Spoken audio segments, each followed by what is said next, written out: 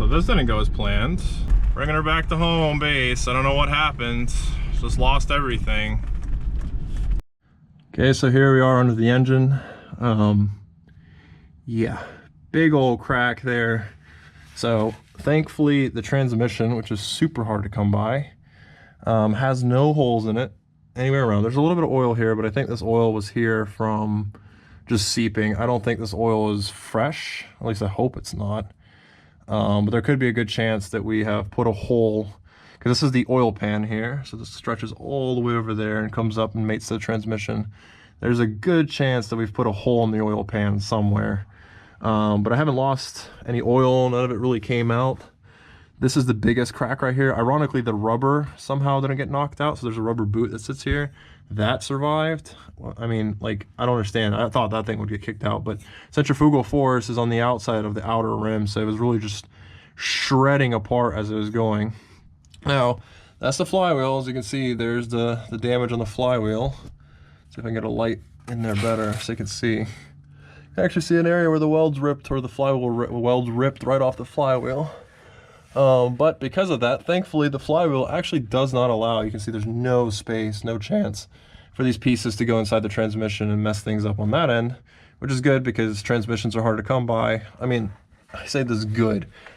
Actually, look at this too. We've even got a hole right up here too. And I haven't checked the top of the bell housing, but I suspect that everything has been kind of centralized, I guess is the right word, at the bottom here.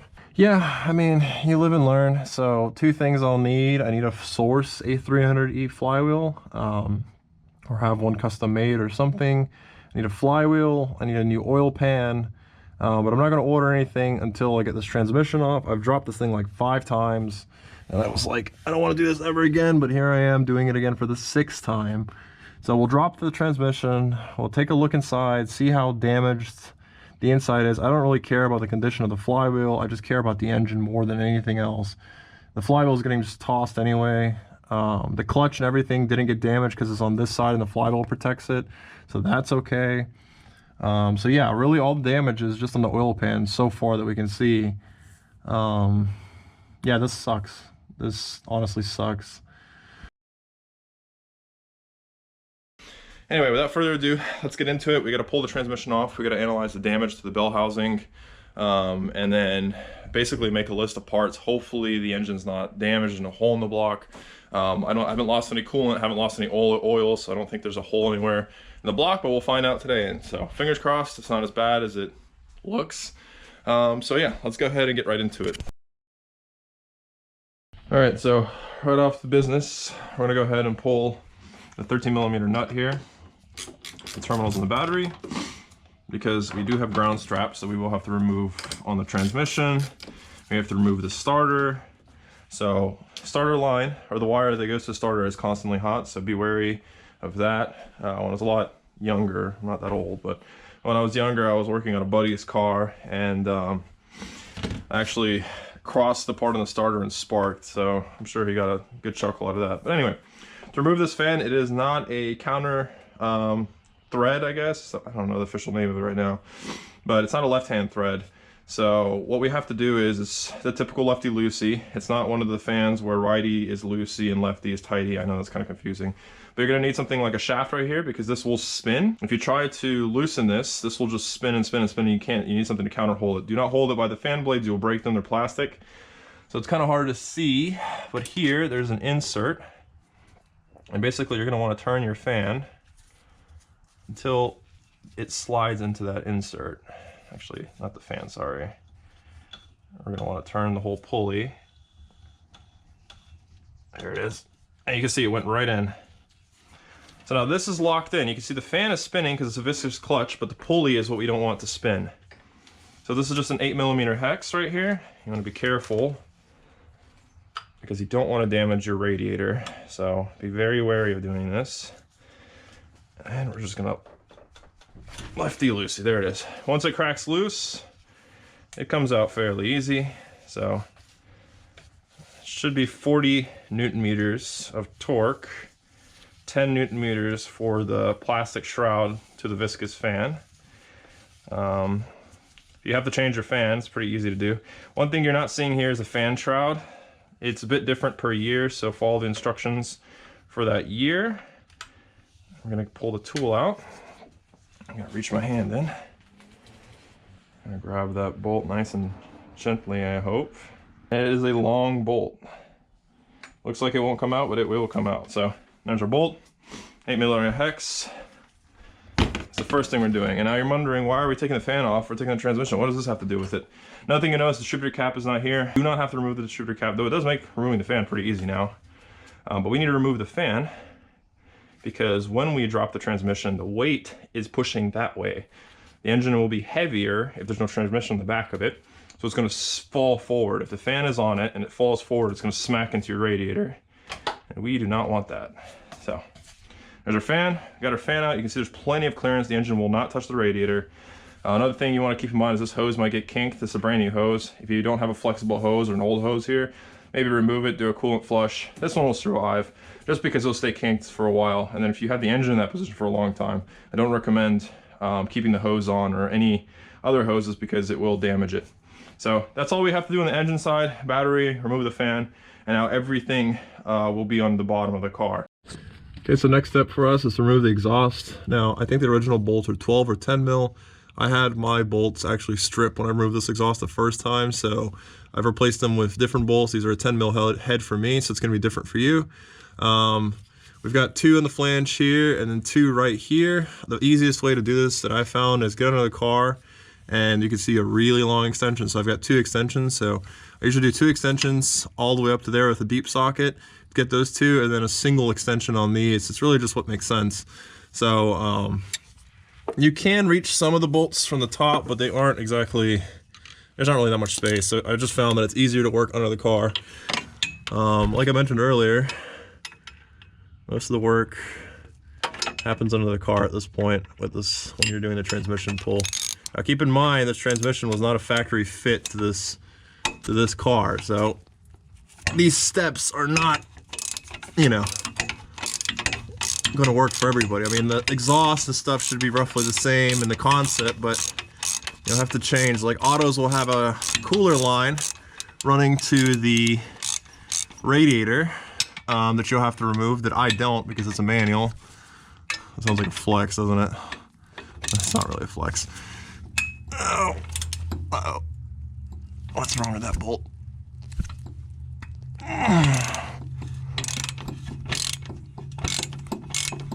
Anyway, you might want to give these bolts a good spray, especially if they're the original ones. Probably should have done that, even though these are like almost new. So I'm gonna go ahead and work on removing these 4, and then once we remove it from there, we'll go to the next step. I'm not even like 3 minutes into this job and we've already hit a snag.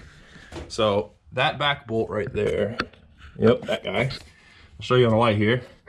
Bolt comes through, you got a square head or square nut on the side, which I presume is welded to this flange. Or if anything, the squareness keeps it from, you can see it's kind of this end here is flat, so it doesn't allow it to spin. Well, this one's decided that it wants to go on a roller coaster and it's just spinning freely, so now I can't get the bolt off. And why is it always the hardest to access bolt? I mean, I guess the one down there would be even harder. It's always the ones in the back. It's like, these guys now, no issue, came out no problem. Well, the one you can't reach, you can't grab with a wrench or something. Lo and behold, it's all the way in the back. So I don't know what to do. I'm alone. That's one challenge. The second thing is I can't grab it with a vice grip or anything because it's so deep in there, but I'm gonna try anyway. I'm trying to grab with the vice grip so there's something up here, so the vice grip will grab the nut, put it against the chassis and hold the nut so the bolt can get loose. If that doesn't work, I'm going to crack the welder out. I'm going to have to tack weld that nut. I mean, I'll have to do that eventually anyway. But I kind of want to do that with the manifold out of the car. But it looks like I'm going to have to do it with it in the car. Oh boy. Lordy, lordy, lordy, lordy. Okay, well, anyway, so... okay, I'll vice grip it. If that doesn't work, we'll weld it. Alright, so grabbed it with a pair of vice grips right there, so the nut would stop spinning, and lo and behold, the bolt broke. So, now to add to the repairs, I'm going to have to remove this rear section of manifold, because one, I'm going to have to get that bolt out, and 2, I'm going to have to weld another nut on there, so that I can screw this bolt back on, so, yay. I really don't know why the bolt seized on that much. I don't know. They're not made out of 2 different materials, so it should just be rust, but sprayed it and heated it, but that didn't work, so... Oh well, it is what it is, but now we can continue because now that it's separated from the manifold, we've got some more bolts, a couple hangers, and then the exhaust should drop down. So here's that exhaust nut. It's actually not welded. You can see the squares of the nut have completely been shaved off because of spinning. So the little corner pieces are what hold it, but it almost looks like the threads were getting pulled out of the nut by the bolt. I've never seen something like this before. I don't know.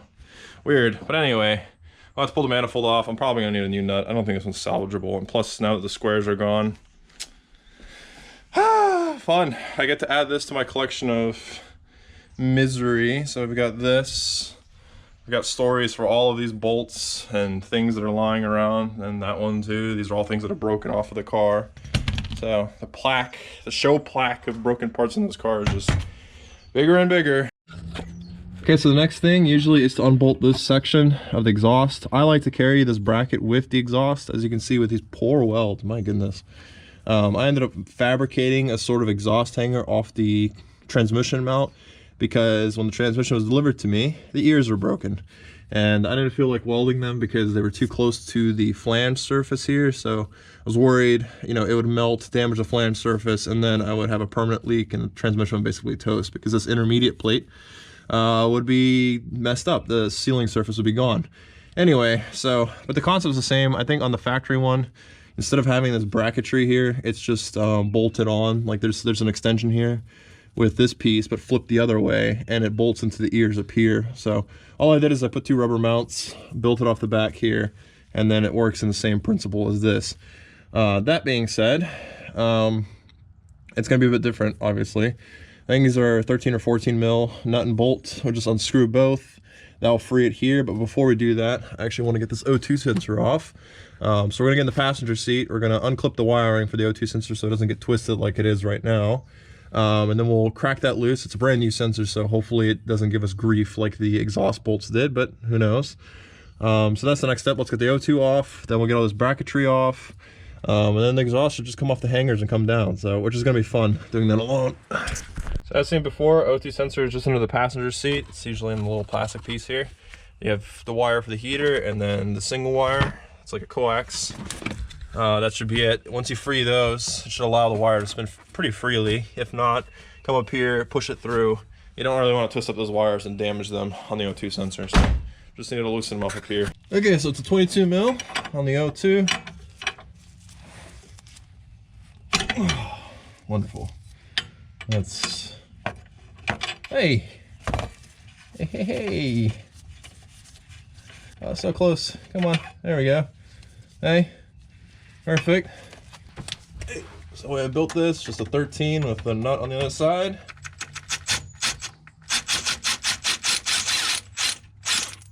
There it is.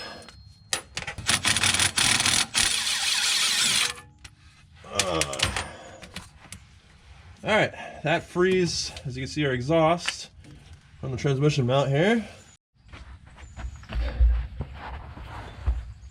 If you're wondering why I'm not removing it in the center section here, well, if you ever try to remove that center section, you would know why. So, that's why. I would recommend doing this if you have somebody to help you. This exhaust is quite heavy. Why'd you look at that little back hanger is holding it on? Oh, there she goes. Big ol' heavy. The not so fun part is getting these cats out of the little spot there. This part tends to be a bit of a doozy. So with a little bit of cursing, we got the thing out. As you can see right there where the steering arm is, that's where the cats get stuck on. So I'll show you the exhaust. And you can see just on the exhaust exactly where it rubs. So the exhaust is pretty much factory. It has the factory 2 mufflers. There's usually a big third muffler on the wagons that cuts out of here, cuts left, and then the whole muffler comes out, and then it dips down. But got rid of that. Thinking I might weld this. That's held on with a clamp. So somebody had purchased an aftermarket muffler. It's like factory muffler, but OE replacement. And they come with a pipe there that's kind of cut open, so you can clamp it down instead of welding it. But normally, under normal circumstances, you should be able to split the pipe here so you can just take it off. You don't have to do all that work.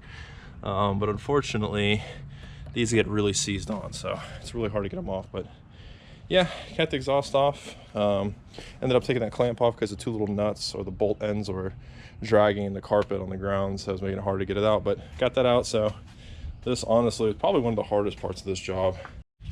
Okay, now with the exhaust out of the way, I can get our heat shield out. So I actually put two self-tappers on the sides. Had to make this a bit different because of the new transmission.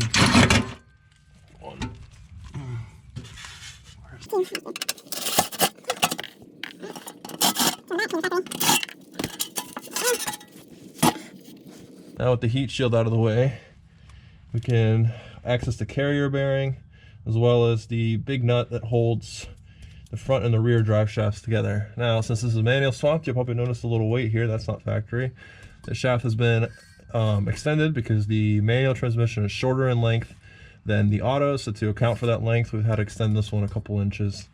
So I don't actually remove the carrier bearing right now. I get the heat shields out of the way, and then I focus on the flex disc. So I'm going to go ahead and remove all the bolts on the flex disc in the rear, then the flex disc on the front. Then I'm going to loosen this nut up here, and then I'm going to go ahead and unbolt this carrier bearing, and then this will slide. They slide into each other. I'll show that mechanism later. And then we can pop the rear shaft out, pop the front shaft out, and then we can get to the rest. Okay, so here's our rear flex disc. The whole purpose of the flex disc is to dampen any unwanted vibrations or sudden impacts on the drivetrain. So on your drive shafts here, the front and rear have these really strong rubber flex discs. As the name implies, they flex so that it puts less stress on the drivetrain. These are pretty common to crack and fail, so it's really easy to inspect and replace. Normally what you see is, if you see the threads on them, they really have to be replaced, but they start to crack, usually around the washers here. You'll see like cracking, usually sometimes in severe instances you'll see chunks missing, but nonetheless, it's an 8mm hex with a 17mm nut. This is a 15mm head with a 15mm nut in the back, bolt rather. The easiest way that I found to do this really is to loosen the ones that are easily accessible, jack the car up, make sure it's in neutral, make sure it's secure, turn the shaft, put it back down, put the handbrake back on, and then get the other few bolts. And then that should get all the bolts. And then you can pry it away, which we'll show here in a bit. Not too difficult to do. One thing I have noticed is this is a replacement, so some of the Febby units and other units, they might give you different size bolts, so it's not always a 17mm, 15mm, etc. It could be a different size arrangement depending on which brand you went with. Not that it really matters too much. So they're all a bit different in their own way, but let's get to it.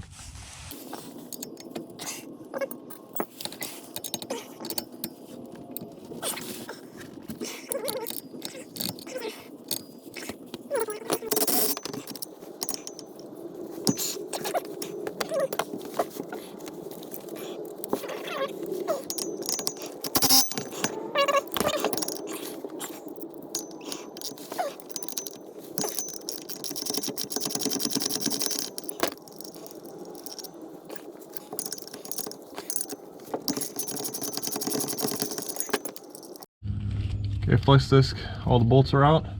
Easiest way to pop this out, after we remove that center screw holding the two drive shafts together, is just to get a big pry bar or a flathead in here. Just pry away from it because these pins kind of sit in. Then the drive shaft should go into the other side, the splines will go in, and then you can replace this flex disc. So if you're replacing the flex disc, you would be doing this. Wouldn't really be doing any of the extra.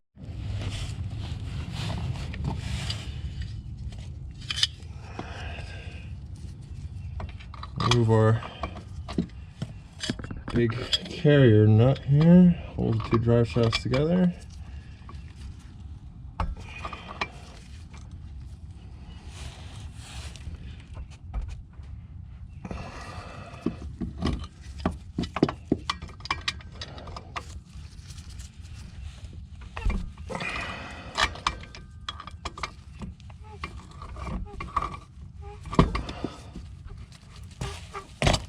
I'm actually not sure what size this is, but I just use some pliers and it works really well to get it off. There we go. That's completely loose now. So now they're not being held together. The next step is I gotta get our shifter arms off. So we've got these 3 arms, and this is what actually controls the shifting and transmission. So what's nice with this setup is that most modern manuals is the shifter is actually connected into the transmission, so you have to remove the interior up there to get that shifter off. But in our case, the shifter interior stays completely together, which is why I said all of our work is going to be down here. So we're going to go ahead and pull these little clips off. You just use a flathead and they slide out, and then that's going to slip these 3 off. We'll do the same on the transmission side. We'll take them off. I'm going to try to label them though, because they are kind of hard to figure out which one goes where. So I'm going to put some labels on them, and then I'm going to remove them, get them out of the way. Then we're going to go and, actually I'm not going to get the shift or the speedometer cable yet. Then we're going to drop the center frame here, which should drop the transmission, give us access to the flex disc here. That way we can loosen this part of the drive shaft off the back end of the transmission, get our 2 drive shafts off, and then everything should be almost clear. We have a ground cable to remove, a few other things, then we'll do our bell housing bolts and then drop the trans. Okay, these should just slide off if I remember correctly. Yep, and then which way do they go?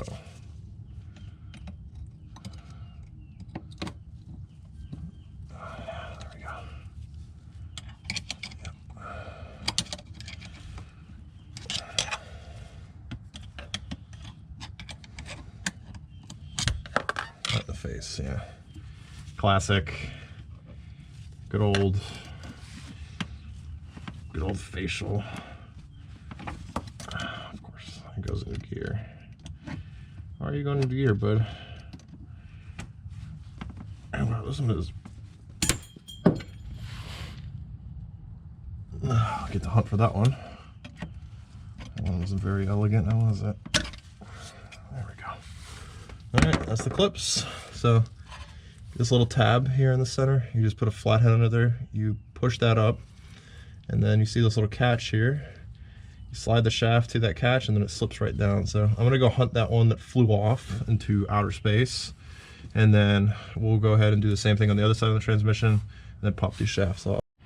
Okay, so now we're gonna remove our 3 clips here. Same old razzle dazzle as before. One came off of it, but without a struggle.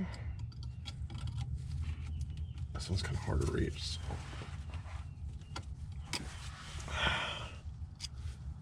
These are always fun to put back on later. There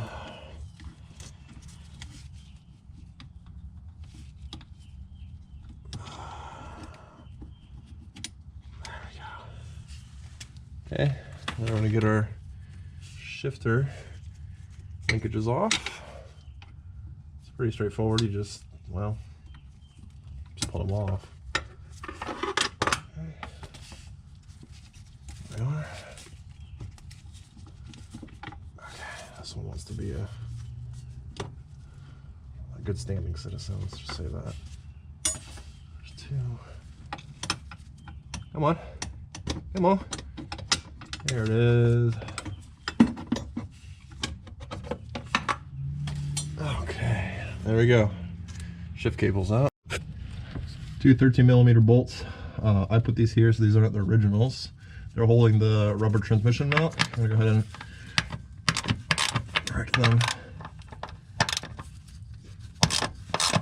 loose. There we go. Drill them out. Or zip them out.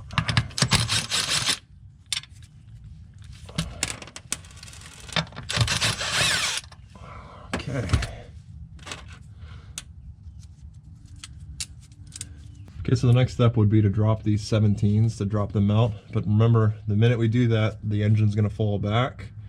And when it does, it's going to kind of lean itself against the heater core coolant line. So we're going to jump up there and put a towel. And then I'm actually going to hold this with my arm, because the engine's fairly on a balanced, well, not balanced, but it's easy to move on an axis, so it's not that heavy. Just pushing it back and forth. And I'm going to gently rest it on those lines. It won't crush them. And then we can pop this, or pop this complete, well, when it's popped.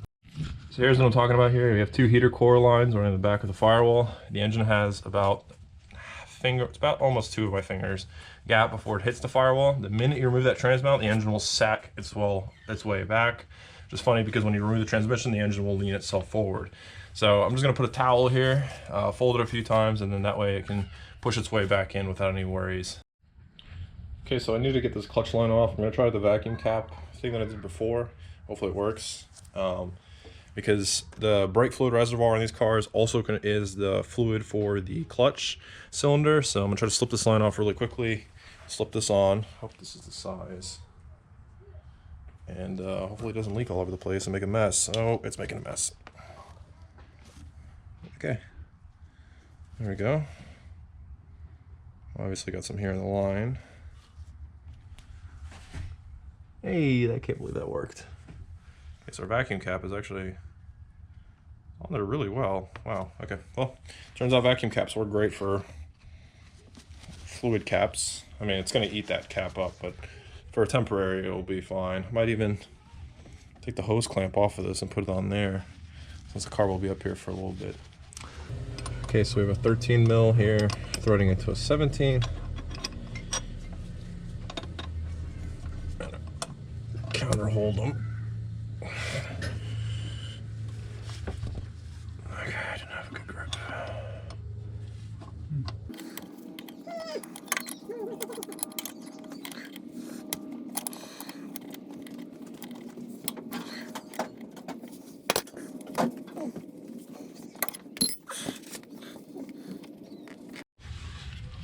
Okay, so while the clutch line's draining, I'm gonna go ahead and pop this 10 millimeter nut here that holds the speedo cable. It's just a brace.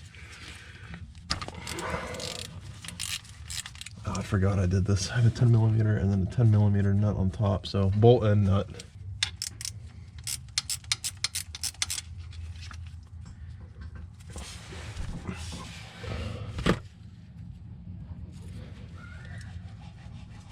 And now the 4 bolts holding the transmission mount.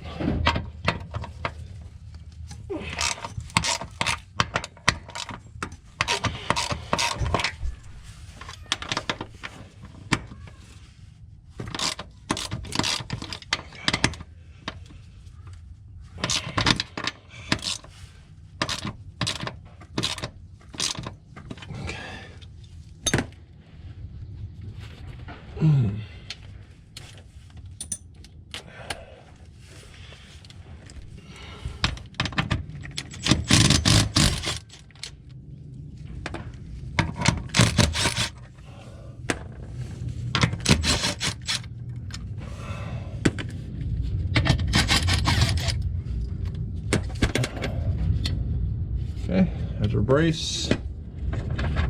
This guy's back in there. All right. Yeah, a little bit of water. What is this? Oil? A little bit of oil coming out of the frame. That's perfectly normal, right? There's your trans mount. As you can see, the engine is now resting up on the towel that we put up there. If I can push the engine up, push it back. So it's rocking on the engine mounts now. The reason we did that is to give us space so that we can go ahead and pop off all the bolts on this front flex disc. So same principle as the rear flex disc, just in the front. For this one, it's an Allen key, I believe 8 mil Allen, 17 millimeter nut for all of them. I did replace it. Like I said, it depends on the brand that you get. They change the bolts. Sometimes they're Allen, sometimes they're hex, or hex head, or whatever it's called, a bolt head, regular standard bolt. So I'm gonna go ahead and pop this off. Same thing as before. Gotta lift the car up, turn it, make sure the transmission's in neutral. You know, turn it, get to all the bolts, pull it off, and then we'll slip the drive shaft.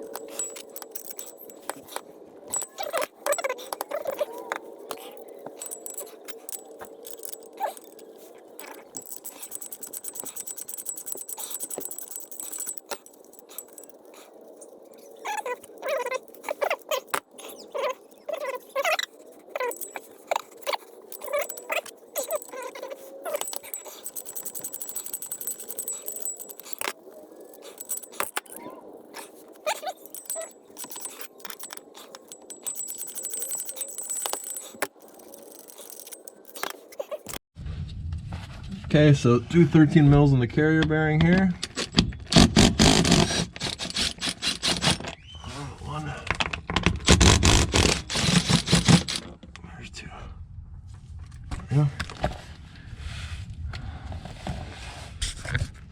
Okay, so I've already pried this back piece. Here. I stuck a bolt in it because I didn't want the shaft turning. So take a flathead and pry away at it, and it comes right out. The reason I took the carrier bearing off with everything. The reason I took the carrier bearing off, so if you were removing just the flex disc in the rear drive shaft, you just have to loosen that locking nut there, and then you could slide the splines. These two drive shafts, one has a male and a female spline, and they basically slide in and out of each other.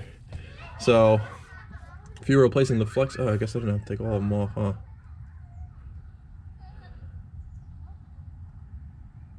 Huh. Okay, again. So the reason I took them off with the carrier bearing is just because I have to take both drive shafts out anyway. But normally if you were replacing your rear flex disc, you would take all the bolts off. Now I just realized I didn't have to take all the bolts off. It was pointless. I just had to take the 3 off on the front and the rear to remove the drive shaft, but I just kind of went on autopilot and went ahead and removed all the bolts. But to do what I'm doing, you don't have to remove all the bolts because we're not replacing the flex disc. But if you were replacing your flex disc, you would do exactly as I did. You would remove all the bolts and then pry it off. And then all you have to do here, you don't have to remove the carrier bearing. You just loosen that locking nut. The shaft will slide when you're prying in the rear of the diff. It will slide into the other shaft, and that's how you can get it off and then give you enough space to replace that carrier, the flex disc. If you want to do it in the front, same concept applies, but for us, we're removing the whole drive shaft out, so it's just easier for me to do it this way. Okay, so I probably have a lot of people screaming in the comments right now, you didn't mark the 2 drive shafts. Okay, well, actually I did, because I've done this many times now. But if you forget, let's say, so these 2 drive shafts, since there are two pieces, remember anything that is spinning or rotational has to be balanced. So you can see there's a weight here from the drive shaft shop. These 2 shafts are balanced to each other. So if you forget to mark them, don't fret, because if you look right here, you see this little line, not the white spot, that was me, but this line, there's gonna be 2 lines over here. That center line needs to go into these 2 lines here. So that's where the balance mark from factory is. It just so happens that the guys balanced it to that spot as well. So I put a little white mark when I originally got it back from the drive shaft shop, but it is in the same spot. So even if that white mark comes off, it is balanced to those marks. Now you can kind of see you've got a male section here, so the spline, and then the female end here, and this nut actually cinches down. Let me show that. Cinches down on the splines here, so there's like, they're cut open, so they open up when they're loose, and that allows for the shaft to slide back and forth. And then the splines also don't allow them to, you know, they have to have these splines because that's what allows them essentially to connect. So all that torque and stuff, they stay together. If these were 2 smooth ends, they would just spin around and around, or this shaft would spin and it wouldn't be able to turn this one because it wouldn't overcome the force of the wheels or the power of the engine. Now in this case, like I said, once you loosen this nut, it allows the spline to slide in and out. So if you are manual swapping, when you do have to measure everything, you do have a little bit of play here. You don't want the spline to be at the very top. You don't want it to be all the way at the back, because if it's all the way into the back, you'll never get the drive shafts off because they can't slide in and out. It doesn't have that space.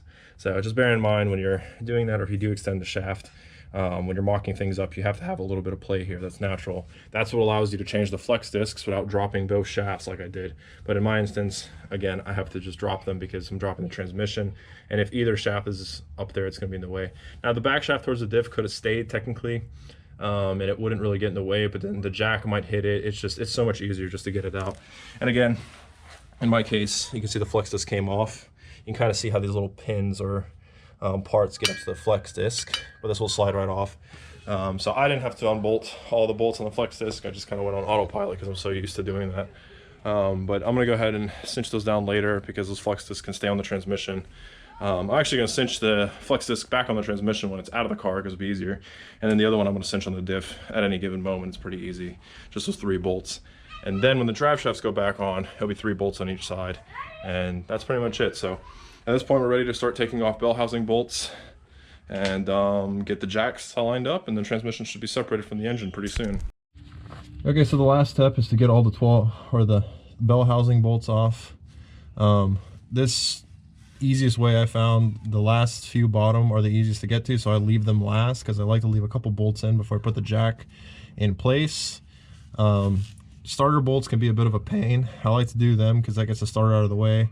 And then probably the biggest pain, this might be really hard to see, is way back in there. The top 2 bell housing bolts. Pretty hard to reach, but what I found that works the best is to stand back all the way from behind the transmission, pretty much here, and then get a bunch of socket extensions and a little bit of a swivel, and that will give you a chance to get to the top ones. Another thing you could do is reach them from the top of the engine, but I just found that using a bunch of extensions from the back here will let you get to them with a swivel. So that's one way to do it. The auto guys, you're going to hate your life because there's going to be a bracket that actually blocks one of the two top bell housing bolts, making a huge pain to get it off. But ironically, it wasn't tightened that well from factory, so maybe they hit the same snag when they were doing it. So yeah, that part sucks. Obviously, that bracket, I think it holds the vacuum line that comes down to the transmission, but for this, obviously, there's no need for the vacuum line, so it doesn't exist, thankfully, so I don't have to deal with that. But that's about it. So you can see this isn't like most transmissions where you pull out the shaft, or some transmissions and all the fluid comes out. This is sealed from the back, so the shaft pretty much just goes on and gets bolted on, which is really nice. And yeah, so I'm gonna go ahead and unbolt all the bell housing bolts, and then I'll show the little I guess jack adapter that I've made to make it easier to get the actual transmission down or keep it stable. So I'm gonna go ahead and hit the bell housing bolts, and then we'll continue. You can see here I wasn't kidding about having a million extensions. That is just about the only way you're gonna get in there. I think it's about 3-4 extensions depending on which bolt you're trying to go for. And once you get all the extensions, right in the sharpest part again. Oh yeah, it's just dandy dandy.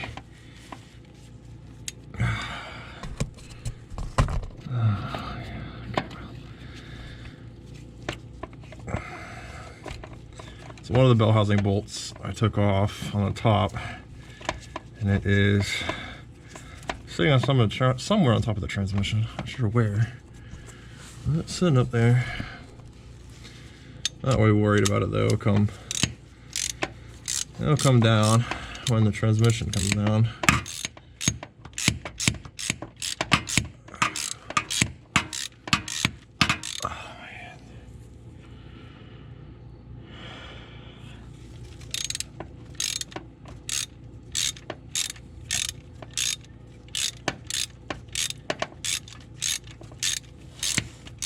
And these bolts aren't terribly long, so it doesn't take much to unscrew them. I don't know if you can see it, but up there, let me get the light. Right up there is one of the bell housing bolts we took out. There's a hole on the other two sides. And yeah, it's just a game of patience, really. Again, I haven't done the bottom ones yet. I'm going to leave those two. I'm going to get the jack to support the transmission, because you definitely don't want to remove all your bolts and then have the transmission just kind of sitting. It shouldn't fall out because of the splines and the input shaft being inside the engine, but it's not a risk you really want to take.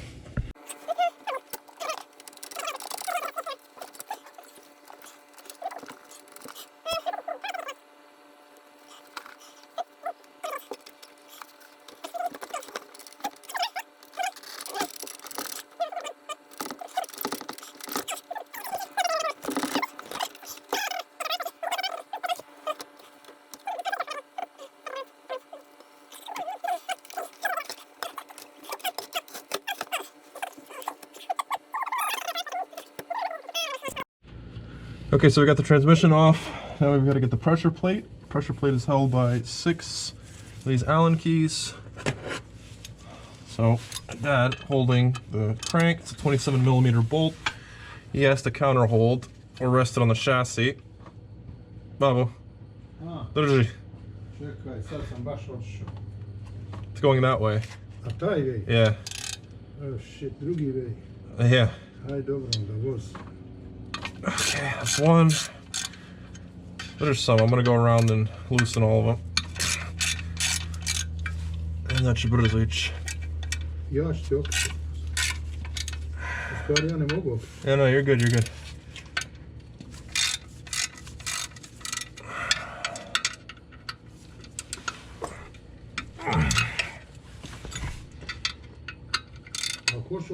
No, man, ja mogu prići. I have space. Nego, it's ova opruga, znaš.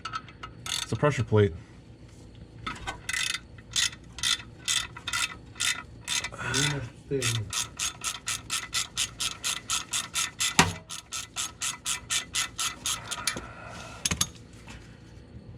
Wow, it's Those may have drill. Hold on.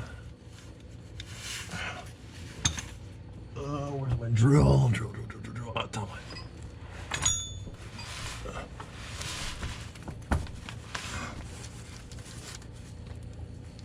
Come on.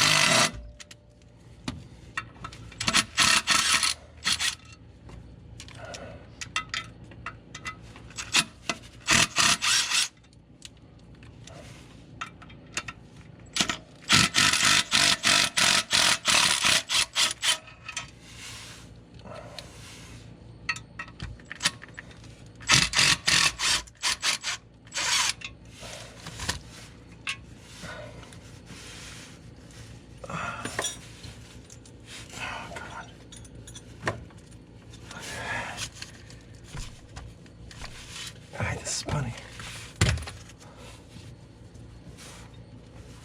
Moraš malo, Emi. Ako nešto da odvoji sa... Ne, ima još jedan shut off. Aha, ako nešto da odvojiš, imaš ovo ko poluga, ko amortizer. Ne, ovo je šešir. Šešir spane, on je opruga. Ja. Nego, skinaš, a?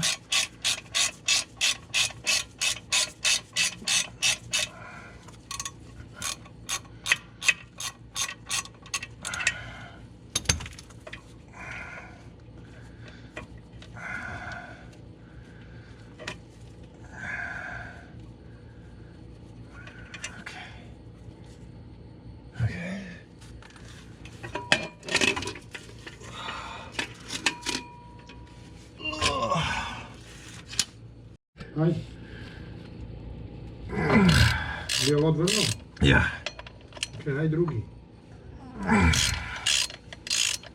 Koliko ima? 6? 8. 8? Ja.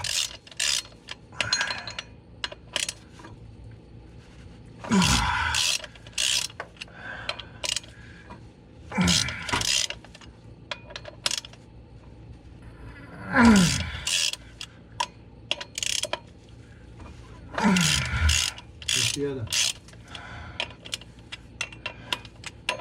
I think that's it. Oh no. Ne, još jedan. Taj. Sad se vidim. Ja sam brojio, jedan. Yeah? To je. Mene tikirati. Okay, those are drill, he said. Znaš, drio. Treba onaj što ide na reducer da se sobi volki. Those are volki cues and maybe cues. That wasn't bad. Ja sam mislio će Loctite ufat previše, on samo pri vibracijama ne da. Sick.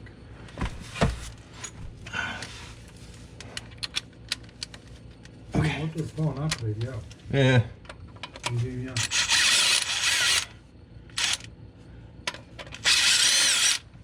Mi ćemo njega morati biti kad budeš funkciju stavljao. Yep. Sad se ima smije ovdje na...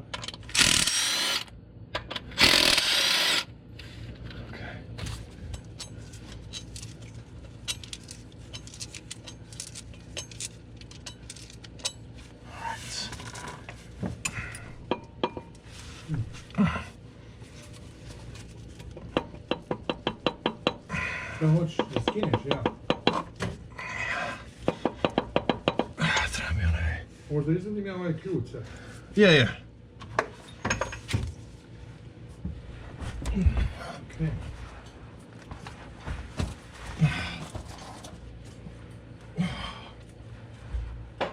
Okay.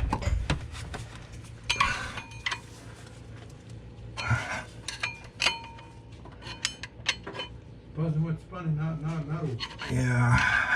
Ako spani mora da te teško. Koliko je zapek? Yeah, it's up, Ali. Huh? It's not, it's just on that pin. Okay. I'm not strong enough to turn it. Huh? Možeš ubaciti ništa između. Šta ga još gleda? To je mijenja... Starter, ja. Ja čujem, ja. Ja, to se start, to je normalno. Drugi šta ciger, Emi? Ovdje je pin jedan. Aha, ovo. A jes. On ti gore drži. Evo ga. I got it. Jesi vidio? Oh. Ti se držati. Jesi vidio koliko znači? Motherfucker. Šta je? So here's the flywheel.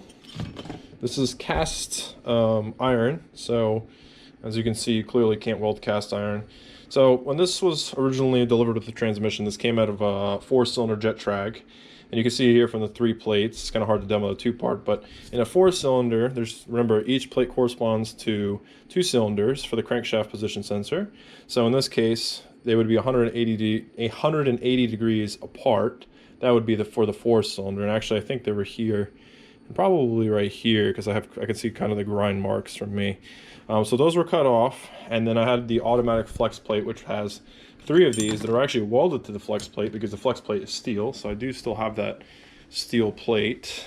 So it's in the scrap bin. I don't know why I kept it, but I did. So here's our flex plate. And as you can see, when I wanted to convert over, essentially take the 3 plates from this one and convert that cast flywheel to work for the 6-cylinder, I counted the total number of teeth around the ring, and there were 144 teeth on both.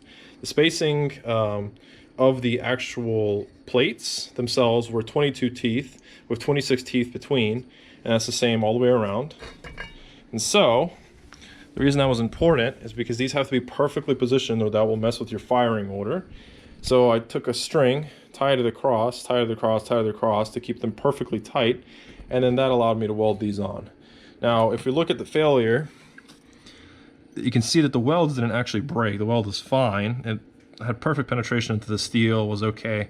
It actually ripped the cast out because cast iron doesn't like to be welded for 2 reasons. It's a massive heat sink. They take a lot of heat into them, and welds have to have that heat to get good penetration. And cast materials are also porous. You can kind of see it. It's a bit bubbly. So those bubbles will interfere with the weld. They'll swim back up through the material. They'll cause microfractures, and you know, I guess my train of thought building this, the reason when I first did it, I was like, maybe it won't break because it's not under a direct impact or anything, and that's not really the issue. Centrifugal force, when this is spinning at such high RPM, especially because this is the farthest part of this, I guess the farthest would be the teeth, but as far as it could be, all the force is pushing really hard on it out. And if you think about this, this weld is welded on the inside like this, and that force is pushing out, and the weld is on this side, it's trying to hold on, and boom, rips off. This is spinning, it spins off, and boom, carnage. So what I think happened here was one of these came apart. It might have even, you know, bent out, touched that block piece, broke the block piece, that flew around, knocked the others off, and that's how we ended up with the oil pan. So thankfully, you know, I didn't find that piece of the block that got chipped off. I actually don't know where it went. It's probably on the road somewhere. It doesn't seem like, you know, I wouldn't render this engine unusable because of that piece that's missing, but definitely quite a lot of damage that was done to the oil pan, which is fine because we can replace the oil pan. But yeah, so this is going to be a memoir now. I'm going to keep this. Taking a look at it, got a few hot spots on here, so I guess I need to take it a bit easier, or at least release the clutch a bit better. So that's on me, but it's a shame. It's a good flywheel. I actually had this resurfaced. You can see the cross hatching on it. It looks great, the hatch marks. Plus it was balanced. Took it to the machine shop and even balanced it, but I guess they don't spin it to 6,000 RPM, and I'm kind of thankful they don't, because I would hate for one of these to come off and, you know, for someone to be near it and, you know, something to happen. So that's really it for this. I got a bunch of parts I'm going to be waiting on. The flywheel is coming from Germany. Hopefully that order doesn't get canceled. That was a pretty expensive part, but we do have an original flywheel that is for the M103, so I have the 3 plates.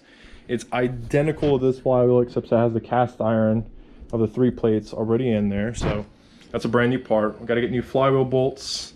Got to deal with the oil leak around the rear main housing, so new rear main housing probably. Got to get a lot of sealant for the oil pan, a new oil pan. I'm trying to think what else, if there's any while you're there items, but I think that's it. So yeah, I guess I can look at the bright side, right? I had to do that part anyway.